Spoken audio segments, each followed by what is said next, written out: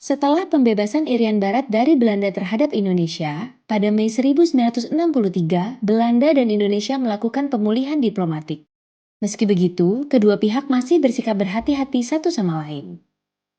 Pada masa ini, Belanda mengirimkan diplomat Karl D. Bergman untuk menjadi kuasa usaha di Jakarta. Bergman dan stafnya memulai tugas di Jakarta dengan menggunakan beberapa kamar di Hotel Indonesia. Dalam suasana hubungan yang belum sepenuhnya normal, Bergman berhasil membangun relasi baik dengan Presiden Soekarno dan kabinetnya. Seiring meningkatnya hubungan Indonesia dan Belanda, Bergman menjadi semakin sibuk.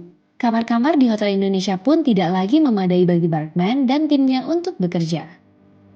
Dalam sejumlah perbincangan dengan Kabinet Indonesia, Bergman secara diplomatis menyampaikan kendala soal tempat kerja itu. Akhirnya, Presiden Soekarno memberi Bergman rumah di Jalan Diponegoro nomor 39, Menteng, untuk dijadikan tempat tinggal dan kantor.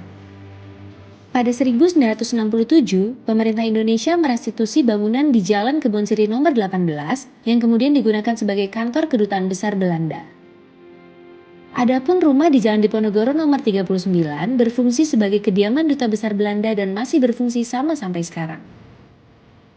And then in the years that followed, a number of collaborations and agreements was signed, among which the cultural collaboration. And to give a tangible handheld to this agreement, the Erasmus House was opened as a cultural center to bring Dutch and Indonesian people together.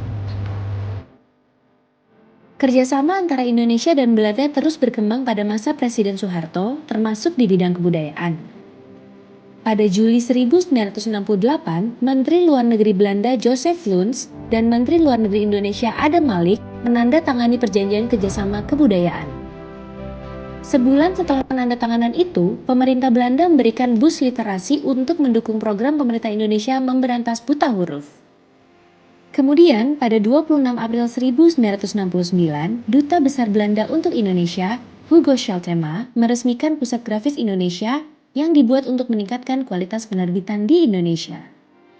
Untuk mengakomodasi kerjasama kebudayaan yang terus tumbuh, pemerintah Belanda akhirnya membuka Pusat Kebudayaan Erasmus Huis di Jalan Menteng Raya 25 pada 27 Maret 1970.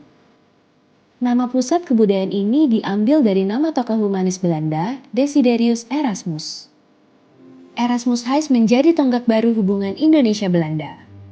Di Erasmus Huis, masyarakat dapat mengakses informasi tentang sejarah Indonesia dan Belanda melalui buku, surat kabar, dan majalah. Erasmus Huis juga menyelenggarakan kegiatan kebudayaan antara lain pemutaran film dokumenter, pertunjukan musik, dan kabaret. Setahun kemudian, Ratu Juliana dan Pangeran Bernhard melakukan kunjungan kenegaraan ke Indonesia, tepatnya pada Agustus 1971. Ini adalah kunjungan pertama kepala negara Belanda ke Indonesia. Dalam kunjungan yang berlangsung meriah ini, diperdengarkan juga lagu kebangsaan Belanda Wilhelmus.